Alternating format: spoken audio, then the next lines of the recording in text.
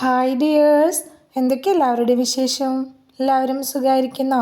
അപ്പോൾ മുത്തുമണികളെ, ഞാനിന്ന് ഷെയർ ചെയ്യുന്നത് ഒരു സ്വീറ്റ് റെസിപ്പിയാണ് കേട്ടോ. അടിപൊളിയാണ്, അതുപോലെ തന്നെ ഉണ്ടാക്കാനും വളരെ എളുപ്പമാണ്.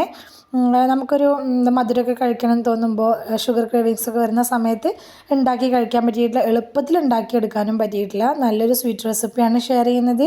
വീഡിയോയിലേക്ക് പോകുന്നതിന് മുമ്പ് വീഡിയോ എല്ലാവരും ഒന്ന് സ്കിപ്പ് ചെയ്യാതെ മുഴുവനായിട്ട് കാണാൻ ശ്രമിക്കണേ. കണ്ടുകൊണ്ടിരിക്കുന്ന സമയത്ത് ഇഷ്ടമാണെന്നുണ്ടെങ്കിൽ മറക്കാതെ ലൈക്ക് ബട്ടൺ ഒന്ന് പ്രസ് ചെയ്ത് വെക്കണം കേട്ടോ. സബ്സ്ക്രൈബ് ചെയ്യാതെ കാണുന്ന കൂട്ടുകാർ ആരെങ്കിലും പുതുതായിട്ട് വീഡിയോ കാണുന്നവരുണ്ടെങ്കിൽ പ്ലീസ് ഒന്ന് സബ്സ്ക്രൈബ് ചെയ്ത് സപ്പോർട്ടും കൂടി ചെയ്യണേ. അപ്പോൾ നമുക്കിതെങ്ങനെ ഉണ്ടാക്കുന്നതെന്ന് നോക്കിയാലോ. ഒരു മിക്സിയുടെ ചെറിയ ജാർ എടുത്ത് വെച്ചിട്ടുണ്ട്. അതിലേക്ക് 1 കപ്പ് റവയാണ് ചേർത്ത് കൊടുത്തിട്ടുള്ളത്. ഇനി ഇത് അരച്ചെടുക്കാൻ ആവശ്യമായിട്ടുള്ള പാലും കൂടി ഒഴിച്ചു കൊടുക്കുന്നുണ്ട്. ഞാനിപ്പോൾ ഒരു 3/4 കപ്പ് പാലാണ് ഒഴിച്ചു കൊടുത്തിട്ടുള്ളത്. ഇനി ഇത് അരച്ചെടുക്കുന്ന സമയത്ത് ഓരോരുത്തരെടുക്കുന്ന റവയ്ക്കനുസരിച്ച് ഈ പാലിൻ്റെ അളവിൽ വ്യത്യാസം ഉണ്ടായിരിക്കും കേട്ടോ. അപ്പോൾ നോക്കിയിട്ട് ഒഴിച്ചു കൊടുക്കുക. ആദ്യം തന്നെ ഒരുപാട് ഒഴിക്കേണ്ട, കുറേശ്ശെ നോക്കി ഒഴിച്ചു കൊടുത്താൽ മതി. ഞാൻ അരയ്ക്കുന്ന സമയത്ത് നല്ല ടൈറ്റായിട്ട് തോന്നിയ സമയത്ത് കുറച്ചും കൂടിയൊക്കെ ഒഴിച്ചു കൊടുത്തിട്ടുണ്ടായിരുന്നു കേട്ടോ പാല്. അതുപോലെ ഒന്ന് അരച്ചെടുത്തുകൊണ്ട് വന്നിട്ടുണ്ട്. അതൊരു ബൗളിലേക്ക് മാറ്റി കൊടുക്കുകയാണ്. ഇനി ഇതിലേക്ക് ഒരു 1/2 കപ്പ് മൈദപ്പൊടി ചേർത്ത് കൊടുക്കുന്നുണ്ട്. പിന്നെ ഒരു 2 ടേബിൾ സ്പൂൺ പഞ്ചസാര കൂടി ചേർത്ത് കൊടുക്കുകയാണ്. പിന്നെ ഇതിലേക്ക് ഒരു 1/2 കപ്പ് വെള്ളം കൂടി ചേർത്ത് കൊടുക്കുന്നുണ്ട്. ഇനി ഇതെല്ലാം കൂടെ നന്നായിട്ടൊന്ന് മിക്സാക്കി എടുക്കണം. മിക്സാക്കി എടുക്കുമ്പോൾ എപ്പോഴും ഒരു വിസ്ക് ഉപയോഗിക്കുന്നതായിരിക്കും നല്ലത്. പെട്ടെന്ന് തന്നെ കട്ടകളൊന്നും ഇല്ലാതെ നമുക്കിത് മിക്സാക്കി എടുക്കാൻ പറ്റും കേട്ടോ. ഞാനിതപ്പോൾ അത് നന്നായിട്ടൊന്ന് മിക്സാക്കി എടുത്തിട്ടുണ്ട്. കട്ടകളൊന്നും ഇല്ലാതെ തന്നെ മിക്സാക്കി എടുത്തിട്ടുണ്ട്. ഇനി ഇത് ഒരു 10 മിനിറ്റ് നേരം റെസ്റ്റ് ചെയ്യാനായിട്ട് മാറ്റി വയ്ക്കുക. ആ സമയം കൊണ്ട് നമുക്കിതിലേക്കുള്ള ഷുഗർ സിറപ്പ് തയ്യാറാക്കി എടുക്കുക. ഒരു പാൻ അടുപ്പിലേക്ക് വെച്ച് കൊടുത്തിട്ടുണ്ട്. അതിലേക്ക് 1/2 കപ്പ് പഞ്ചസാര ചേർത്ത് കൊടുത്തിട്ടുണ്ട്. 1 കപ്പ് വെള്ളം കൂടി ഒഴിച്ച് കൊടുത്തിട്ടുണ്ട്. പിന്നെ ഇതിലേക്ക് കുറച്ച് യെല്ലോ ഫുഡ് കളർ ഞാൻ ചേർത്ത് കൊടുത്തിട്ടുണ്ട്. ഒരു നിർബന്ധമില്ല ചേർത്ത് കൊടുക്കണം എന്നുള്ളത്. സാഫ്രോൺ കയ്യിലുള്ളവർ അത് ചേർത്ത് കൊടുത്താലും മതി കേട്ടോ. എന്നിട്ട് നന്നായിട്ടൊന്ന് മിക്സാക്കി കൊടുക്കുകയാണ്. ഇനി ഇത് തിളച്ച് വരട്ടെ, അതുവരെ വെയിറ്റ് ചെയ്യുക. നല്ലപോലെ തിളച്ച് വരുന്ന സമയത്ത് ഞാനിതിലേക്ക് ഒരു 1/4 ടീസ്പൂൺ ഏലക്കായ ചതച്ചതും കൂടി ചേർത്ത് കൊടുക്കുന്നുണ്ട്. എന്നിട്ട് നല്ലപോലെ ഒന്ന് വീണ്ടും മിക്സാക്കിയ ശേഷം നന്നായിട്ടൊന്ന് തിളച്ച് കഴിഞ്ഞിട്ടുണ്ടെങ്കിൽ നമുക്ക് ഫ്ലെയിം അങ്ങ് ഓഫാക്കി കൊടുക്കാം കേട്ടോ. ഇതപ്പോൾ നല്ലപോലെ തിളച്ച് വന്നിട്ടുണ്ട്. ഞാൻ ഫ്ലെയിം ഓഫാക്കി കൊടുത്തിട്ടുണ്ട്. ഇനി നമ്മൾ 10 മിനിറ്റ് നേരം റെസ്റ്റ് ചെയ്യാനായിട്ട് മാറ്റി വെച്ചിട്ടുണ്ടായിരുന്ന മാവ് എടുത്തിട്ട് അതിലേക്ക് ഒരു 1/4 കപ്പ് പാൽപ്പൊടി ചേർത്ത് കൊടുക്കുകയാണ്. പിന്നെ ഇതിലേക്ക് 1/4 ടീസ്പൂൺ ബേക്കിംഗ് സോഡ കൂടി ചേർത്ത് കൊടുക്കുന്നുണ്ട്. എന്നിട്ട് വീണ്ടും നന്നായിട്ട് ഇതെല്ലാം കൂടെ ഒന്ന് വീണ്ടും മിക്സാക്കി എടുക്കുക. പാൽപ്പൊടിയും ബേക്കിംഗ് സോഡയൊക്കെ നമ്മൾ തയ്യാറാക്കി വെച്ചിട്ടുണ്ടായിരുന്ന മാവിലേക്ക് നന്നായിട്ട് യോജിച്ച് കിട്ടുന്ന വിധത്തിൽ നല്ലപോലെ തന്നെ വിസ്ക് ഉപയോഗിച്ച് നന്നായിട്ടൊന്ന് മിക്സാക്കി എടുക്കുക. ഇത്രയേ ഉള്ളൂ, നമ്മുടെ മാവ് ഇതവിടെ റെഡി ആയിട്ടുണ്ട്. ഇനി നമുക്കിത് ഫ്രൈ ചെയ്യാനായിട്ട് വയ്ക്കാം. ഫ്രൈ ചെയ്യാനായിട്ട് ഞാൻ ഓയിൽ ചൂടാക്കാനായിട്ട് വെച്ചിട്ടുണ്ടായിരുന്നു. ഓയിൽ ചൂടുണ്ടായിരിക്കണം, എന്നാൽ ഓവറായിട്ട് ചൂടാവാനും പാടില്ല കേട്ടോ.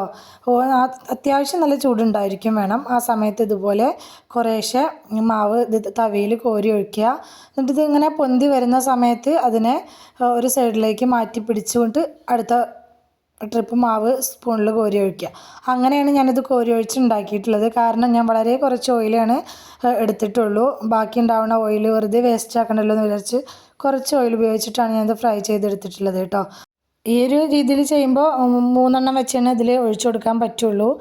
നിങ്ങൾക്ക് അങ്ങനെയല്ല, പെട്ടെന്ന് പരിപാടി കഴിയണമെന്നുണ്ടെങ്കിൽ കുറച്ച് പരന്ന ടൈപ്പിലെ ചട്ടി വെച്ചിട്ട് ഓയിൽ ഒഴിച്ച് കൊടുക്കുക.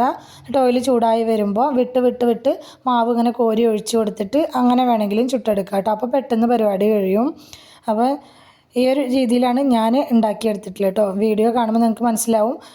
ഓരോ തവണ മാവ് കോരി ഒഴിച്ചതും പൊന്തി വന്ന ശേഷം മാത്രമേ ഞാൻ അടുത്തത് ഒഴിച്ചു കൊടുക്കുന്നുള്ളൂ. ഇല്ലെങ്കിൽ എല്ലാം കൂടെ ഒട്ടിപ്പിടിക്കും കേട്ടോ. ഇങ്ങനെ ഒഴിച്ചു കൊടുത്ത ശേഷം ഫ്ലെയിം നല്ല രീതിക്ക് ഒന്ന് കുറച്ച് വെക്കണം. മീഡിയത്തിൻ്റെയും ലോയുടെയും ഇടയിൽ വെച്ചിട്ട് വേണം നമുക്കിതൊന്ന് ഫ്രൈ ചെയ്തെടുക്കാൻ.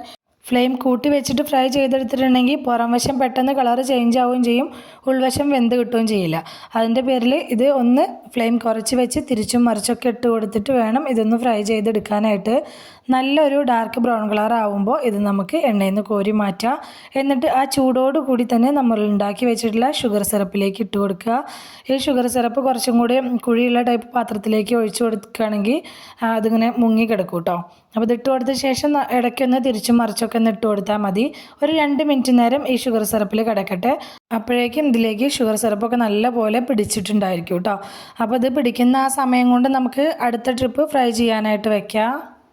ആദ്യം ചെയ്ത പോലെ തന്നെ ഓരോ തവി മാവ് കോരി ഒഴിച്ച ശേഷം അത് പൊന്തി വന്ന ശേഷം മാത്രം അടുത്ത തവി മാവ് കോരി ഒഴിക്കുക. അങ്ങനെ ഇത് മുഴുവനായിട്ട് മാവ് കഴിയുന്നത് വരെ നമുക്ക് ഫ്രൈ ചെയ്തെടുക്കുക. ഓരോ തവണ ഫ്രൈ ചെയ്തത് കോരി മാറ്റുമ്പോഴും നമുക്ക് ഷുഗർ സിറപ്പിൽ ഉണ്ടായിരുന്നത് എടുത്ത് മാറ്റുക.